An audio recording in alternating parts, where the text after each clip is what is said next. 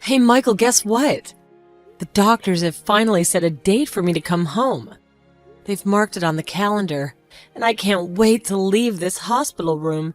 Just 3 more days and I'll be back home with you.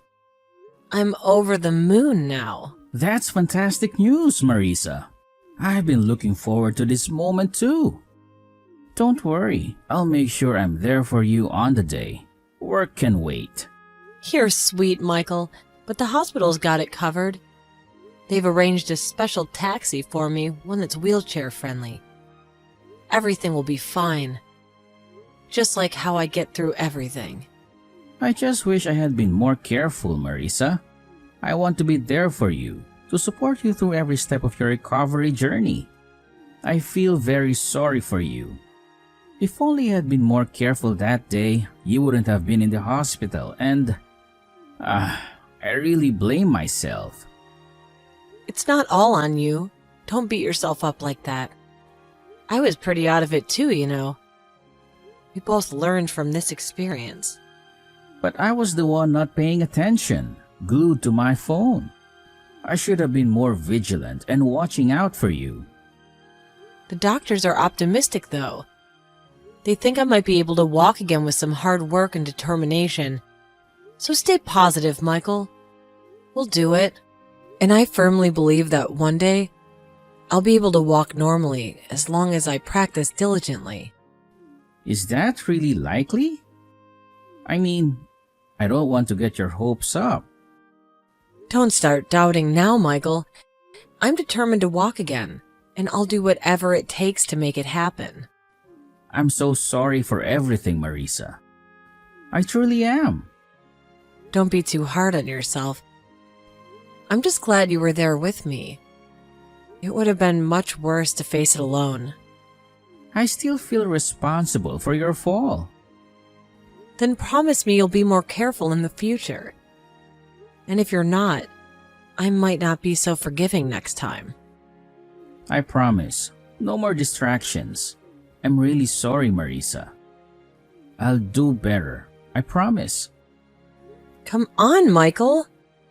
Let's put it behind us. When I get out of here, let's celebrate, not dwell on the past. You're sure you're not mad at me? I can't shake off this guilt. What's the point of being mad? What happened is in the past, and dwelling on it won't change a thing. But it might be a while before you can walk again. And I hate that I contributed to that. There's never a moment when I don't recall the scene that day. The feeling of helplessness and guilt was always in my mind. Being angry won't help me walk any faster. I'm focusing on getting better, and you should too. You're right, of course. I just need to learn to forgive myself. Are we going over this again? Let's focus on the positive, like planning our celebration when I come home. I'm looking forward to being discharged from the hospital, and then we could have a party to welcome me back. I'm sure we'll have a lot of fun that day. Absolutely. This goes without mentioning. Okay, I'll pick up something special for us then. What do you want for dinner? I'm not sure how cooking's gonna go in this wheelchair. Maybe we should order in. Good idea. We can have dinner delivered. Whatever you want, just let me know. I'll order your favorites. Perfect. I'll have my hands fully adjusted on the way to the house. I'll order us something nice. And Marisa, if you need help with anything at home, just let me know. Thanks, babe. I'll try and figure it out first, and then we can see if we need to change anything. I'm here for you. All right. Just tell me what you need, and I'll help with whatever you need. We're in this together. Hey, Michael, can you do me a favor on your way back from work? Could you grab a bottle of vinegar for me? I'm stuck inside because of the rain, and I can't get it myself today. Huh? Wait a minute. What? Vinegar? Why do you have to do this now? It's been pouring all day, and I can't go out. I don't have a raincoat. It's just not possible for me to go. If you had a raincoat, you could manage, you know. But you choose to stay in. Stop trying to make excuses for your laziness, Marisa. I'm fed up with your excuses. What? I just need vinegar, that's all. There are plenty of stores on your way back where you could pick some up. Why are you being so difficult and upset with your wife, Michael? You're so annoying. Fine, but don't wait up for me for dinner. I'll eat out. Hold on a second. Really? You'll eat out? You'd rather eat out than make a quick stop? Look, the vinegar thing is your problem, not mine. You should have been prepared, but instead, you give me orders. Okay, you're being unreasonable here, Michael. Blaming me is one thing, but skipping dinner over vinegar? It's not just about the vinegar. It's getting harder to come home with everything going on. Are you saying I'm in the way? Your wheelchair makes it tough to move around the house. It's stressful. And you always use that excuse to force me to do this and that. And I suddenly realized that I was gradually becoming no different from a slave. Really? Is that what you think? I can't help that. You know, I need this chair. Didn't you say you were going to walk again?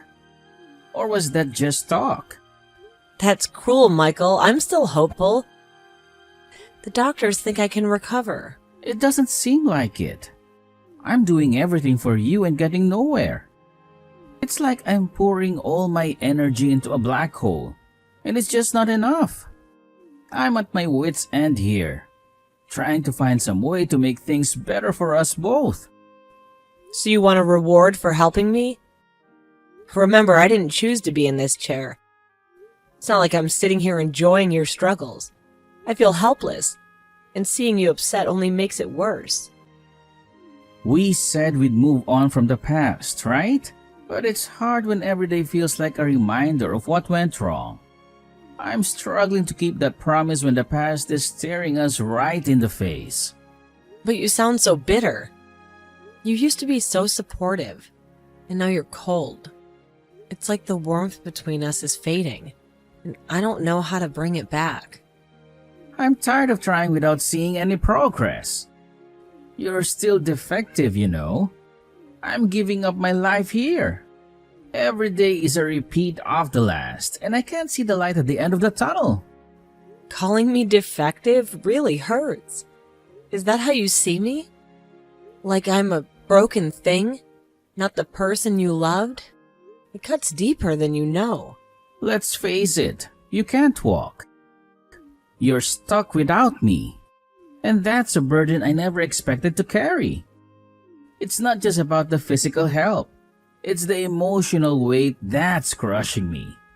I never wanted to hear that from you. To think that I'm some sort of burden to you, it's heartbreaking. I thought we were in this together for better or worse. What's next, Marisa? More blame? I've kept quiet about wanting a divorce just to avoid drama.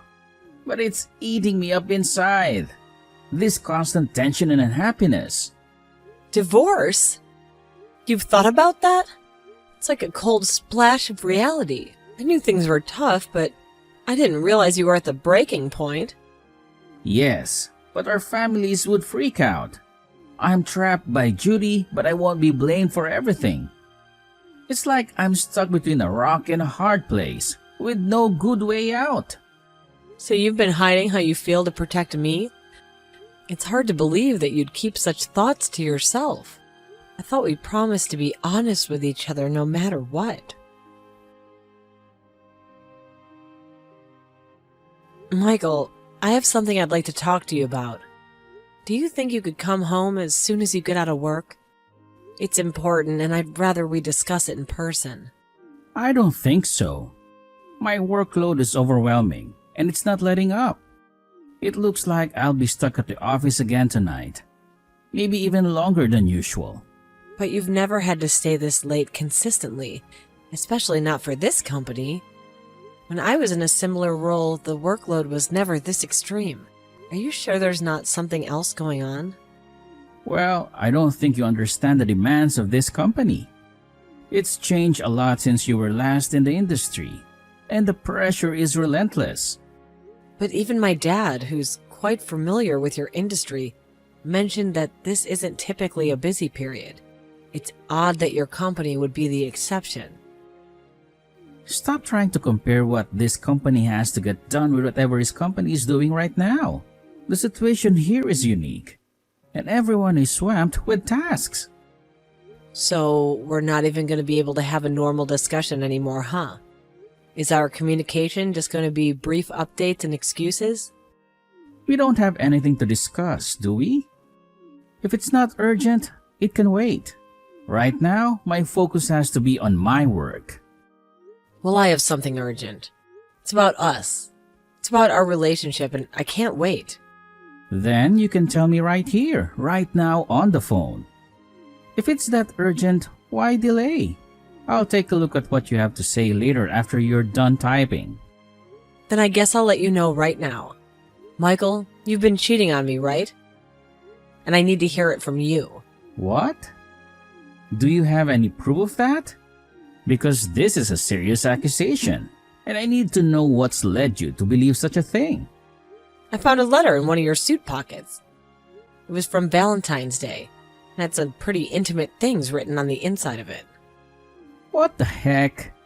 You're going to start doubting me because of that? I just happen to be really popular with a lot of the women around town. So every year I happen to get a lot of Valentine's Day letters and cards from them. It doesn't mean anything.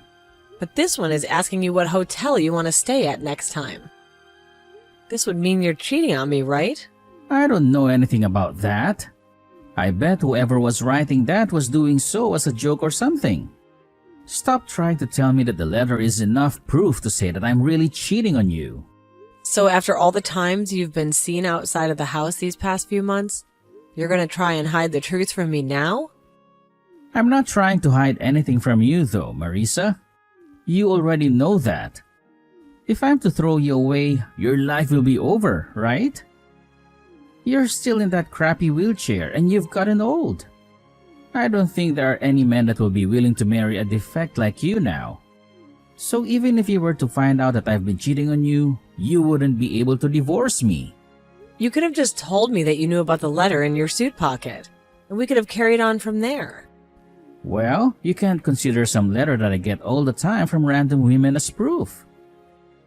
You're freaking out so much right now that I'm having a laugh. What do you want to do about this? Do you want me to tell you that I'm cheating, just so that you can feel something again after sitting in that thing for so long? So you had been cheating on me then? I've had to live with a crippled woman. So don't act as though me having some other women around to play with is such a bad thing. You're such a jerk, Michael. I understand very well now that you're not the same Michael that I fell in love with. A mess up as bad as you has nowhere else to go but hell. Shut up already, Marisa. I've been trying so hard to have a life of my own. You've always gotten in the way of it. And because you fell down those stairs, I have to be the one to care for your butt. I didn't volunteer for this job, Marisa. I've said this a lot now, but you should be thankful that I haven't thrown you away yet. I'm not thankful for you at all now. Don't you say another freaking word. If you try and talk back to me again, I will surely leave you a piece of crap in a wheelchair like you. Needs to shut the hell up and listen to me. Calling me a piece of crap is pretty brave of you, Michael. But I can walk again. Huh? You can walk now? Yeah, I've been able to stand up on my own now for over a month.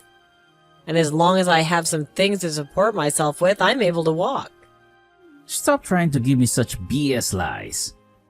Just a few days ago, you were still in that wheelchair. That's because I didn't want you knowing I could walk again. I wanted to take a little bit longer to find a lot of good evidence of you cheating on me. so I played the part of a cripple for just a few days more. What? If you had known I was able to walk again, you might have stopped going out with these other women, and I would have missed my chance to get heart-proof. And having you come back home all the time again would have annoyed me. I also didn't want you trying to change back to the Michael you used to be before the accident. But for over a half year, you weren't able to walk. Are you actually able to start walking again that quickly? You're shocked right now, aren't you? Even the doctors were shocked to see me walking again so quickly. Have you really been able to walk again? That's why I'm telling you right now that I have. If you don't believe me, then come home right now and see for yourself. I see. Alright, I'll be home as soon as I can after work. And we're going to be talking about getting a divorce tonight, okay? Wait. What the hell? You are finally able to walk again, and you want to get a divorce deal? Are you saying that since you don't need a wheelchair anymore, you don't have a use for me? Why should I have to continue being married to a man that cheated on me with multiple other women? You have it all wrong now, Marisa. You were just a bit upset right now. And overthinking things about what you saw. Did I ever say to you that I was actually cheating on you? Why do you think I've been so quiet about things for the longest time now? I told you that I was using the time to make sure I got all the evidence I needed. And that there's a lot more than just this letter. Me wanting to leave you now isn't because I can walk again. I've been getting ready to divorce you way before I was able to stand again. And another thing, these texts are being viewed by both your mom and dad right now. My parents? Why them? Why are you doing this? Because I knew I was going to go on divorcing you for a long time now. I made sure to do all of this so you couldn't run away from me. And not just that, but also my mom and dad are watching this conversation play out. So I think it's best you stop trying to make excuses for things and just come home and remember that there's no use for you trying to run. So just come here after your work is finished and we can move on with things. I'm not going to run or hide from you, so don't try doing that to me. Marisa, every moment you're away feels like an eternity. The emptiness in our home is a constant reminder of your absence. Please, come back to our sanctuary, where we built our dreams together. Michael, I understand your longing, but I'm consumed by the daunting tasks of packing and sorting through the remnants of our shared life. It's a journey through memories that brings both pain and nostalgia, making it difficult to feel connected to our past. But Marisa, amidst this chaos, amidst letting go of everything else, it's you I cling to. You're the one I want by my side, navigating through this storm together. Can you truly mean that, after everything that's transpired between us? Yes, Marisa. I'm earnest in my desire to mend what's broken. I want to support you, to be there for you, and to help you heal from the wounds we both inflicted. Do you forget the pain you've caused me, Michael? The wounds are still fresh. The scars are still tender. I messed up, Marisa. I acknowledge my mistakes, and I carry the weight of my regrets with me every day. I wish I could turn back time and undo the hurt I caused you. Then you must understand why I'm hesitant to believe in second chances. You can't erase the past or pretend it didn't happen. I understand, Marisa. And while you can't erase the past, I'm determined to learn from it and to do everything in my power to make things right between us. So your guilt and remorse are what led you to seek solace elsewhere? To betray the trust we once shared? No, Marisa. That's not what I'm saying. My actions were inexcusable, and I take full responsibility for them. But it was never about finding solace. It was about my own weakness and inability to cope with the pain I caused you. Enough! I've made up my mind. I want a divorce. Please sign the papers by midweek. Marisa, please, reconsider. I can't bear the thought of losing you. It's not about fear. It's about love and the hope for redemption. Love? Where was the love when you chose to betray me, Michael? I'm sorry, Marisa. I'm filled with remorse. And I'll do whatever it takes to make amends and prove to you that my love for you is genuine. Your apologies ring hollow now, Michael. Words are meaningless without actions to back them up. I understand your skepticism, Marisa, but I'm committed to changing for the better. Please, give me another chance to show you that I'm capable of being the partner you deserve. It's too late for second chances, Michael. The damage has been done, and the trust we once shared is irreparably broken. I need to move forward without you. Goodbye, Michael. A few days after all of that, I received the divorce papers in the mail signed by my husband. I think after a few days of not talking to me and cooling off, he started to realize that what he'd done was hurting me so much. But all of that hate from him and the amount of times he cheated on me was unforgivable. So me leaving him for good was the right option, I think. And another thing that really caused me so much pain was that he threatened me by saying that if he divorced me, I'd never make it because I was in a wheelchair. I really thought that he was a kind man that understood the pain I was in after the accident, but he never once actually thought about how I feel. I'm sure that things like this happen with a lot of families, and having a family member end up in a bad accident where they can't walk anymore. But I think that most would come together after the shock and make sure that the afflicted is supported for however long it takes for them to heal. I feel, though, that had I not been paralyzed from the waist down, there would be some point in which Michael's true character would come out and cause a divorce. After the divorce, my dad did not hesitate to tell a lot of people about the kind of person Michael is. And since he's been walking on a thin line when going out to work, and I've heard the last woman that he cheated on me with happened to be one of his coworkers. So when that was figured out, his salary was cut, and he had to go on unpaid leave for a bit while HR dealt with things for someone that cared so much about himself and nobody else. He really let himself go through all the actions. 3 months after the divorce had happened, things had become so harsh for him that he ended up quitting his job at the company. And anybody that knew him stopped hanging out with him because they all looked down on him for what he'd done. And so I really don't hear anything anymore about what's happening to him. But I think it's over for Michael, and he'll never be able to return to the life he had a year ago before the accident. I've already gotten my half of the properties and the divorce from him, as well as my settlement, so there's nothing else I need to know or hear from that man. I don't even care about how he's going to survive now without a job or much money, and I shouldn't have to, right? I've been lucky enough to get back in touch with the company I worked for before the accident, and they allowed me to start working again from home. And because of all my friends and people that my dad have introduced me to, I've been able to stay busy with work and my life, and I haven't had to worry about having food or eating or a house to live in. But I'm still very reliant on having my cane to be able to walk, so I'm still going to rehab to make sure that my muscles grow stronger and my mind grows stronger as well. I'm not sure if I'll ever be able to freely walk without some kind of tool ever again, but I'm going to keep on training in hopes that one day I can, even if the potential for that is really low.